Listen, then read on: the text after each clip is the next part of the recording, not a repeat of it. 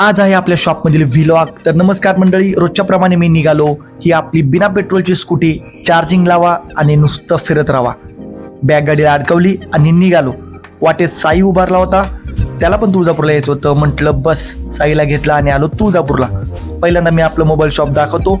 हा डॉक्टर बाबासाहेब आंबेडकर चौक आणि चौकातून फक्त 100 पावलावर हे आपलं नवगिरी एंटरप्राइजेस मोबाईल अँड इलेक्ट्रॉनिक्स हे शॉप. आपल्याकडे सर्व कंपनीचे मोबाईल मिळतात. एखाद्या कंपनीचा उपलब्ध जरी नसला तरी आपण लगेच एका दिवसात मागवून देतो. त्यामुळं टेन्शन घ्यायचं नाही. मोबाईल घ्यायचा म्हटलं की फक्त आणि फक्त नवगिरी एंटरप्राइजेस. नाद करते काय असं मी काही म्हणणार नाही, कारण तो डायलॉग हॉटेलवाल्यासाठी राखीव ठेवलेला आहे. चला, मोबाईल व्यतिरिक्त आपल्याकडे अजून काय काय मिळतं हे तुम्हाला सांगतो. हे होम थिएटर 3000 रुपयापासून पुढे आपल्याकडे आहेत. कुठपर्यंत मोबाईल आणि टीव्हीवर गाणे ऐकता राहा. होम थिएटर घ्या. होम थिएटरवर गाणे ऐकण्याची मजाच वेगळी आहे. हा, 0 डाऊन पेमेंट करून बजाज फायनान्सवर ते उपलब्ध आहे. यानंतर आपण वॉशिंग मशीन पण ठेवलेले आहेत. कुठं कपडे दगडावर आपटत बसता राहा, गेला तो जमाना. आणि नंतर वाळायचं टेन्शन.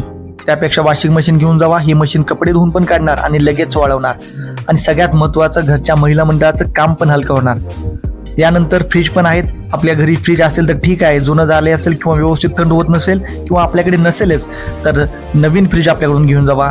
13,000 रुपयेपासून फ्रीज आपल्याकडे उपलब्ध आहेत. यानंतर पाणी गरम करण्यासाठी गिझर पण आहेत. आता पावसाळा चालू आहे, नंतर हिवाळा येणार आणि गरम पाण्याशिवाय आंघोळ करण्याशिवाय कुणाला सत लागत.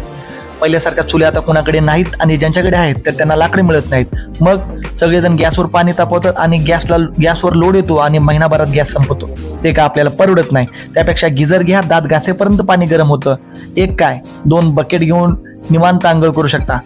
यानंतर आपण टीव्ही पण ठेवलेले आहेत. आपल्याकडे 32, 43, 55, 65 इंचच्या टीव्ही उपलब्ध आहेत.